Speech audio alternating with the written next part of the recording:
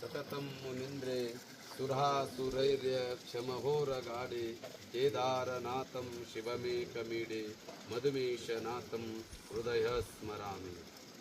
द्वादश ज्योतिर्लिंग में केदारनाथ एक ज्योतिर्लिंग है और पंच केदार से भी कहलाते हैं।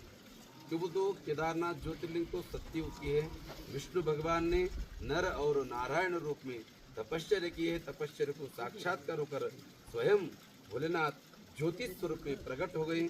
ज्योतिर्लिंग के स्वरूप में दर्शन दिए। ज्योति मनि होते हैं प्रकाश, लिंग मनि ही लीयते गम्यते यत्र तद्लिंगम। जहाँ से शिव जी प्रकट हो गए वही लिंग मनि गुप्त हो गई, वही स्वयं वो ज्योतिर्लिंग केदारनाथ में है।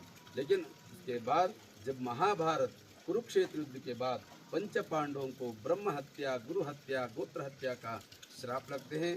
श्रापों की विमोचन के लिए भोलेनाथ के दर्शन के लिए जब बनारस काशी से आते हैं उत्तर काशी होते हुए गुप्त काशी आते हैं। लेकिन भोलेनाथ एक जगह पे दर्शन न देकर अलग अलग जगहों पे अलग अलग शक्ति स्वरूप से दर्शन दिए, वही पंच केदार से कहलाते हैं।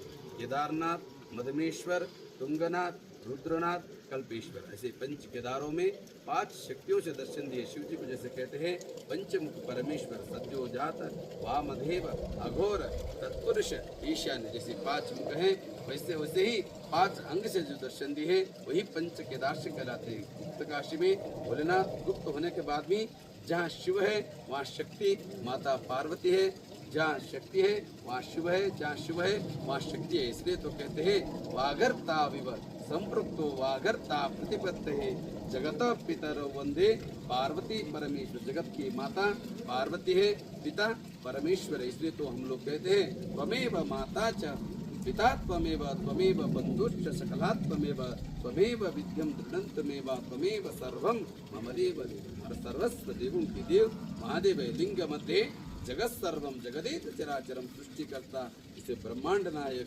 पंच महाभूतों की अधिनायक, देवों की देव महादेव है। तब माता पार्वती की तपस्या करते हैं। माता पार्वती की कृपा से भोलेनाथ वहाँ गुप्त काशी में भोलेनाथ अर्धनारेश्वर स्वरूप में दर्शन दिए।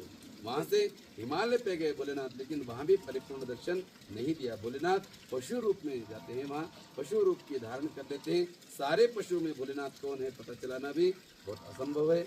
लेकिन 2 पर्वत है, मेरु और सुमेर पर्वत के ऊपर खड़े होकर भीम ने उग्र रूप लेकर सारे पशुओं को अपना नीचे से जाने देते हैं। सब चले गए लेकिन स्वयं महादेव अलग रास्ते से जाने लगते हैं। तब पता चल जाते हैं वही स्वयं भोलेनाथ है। तो दर्शन के बिना, उनके स्मरण के बिना जीव किया हुआ पापों से मुक्ति भी नहीं थी। पंच पांडव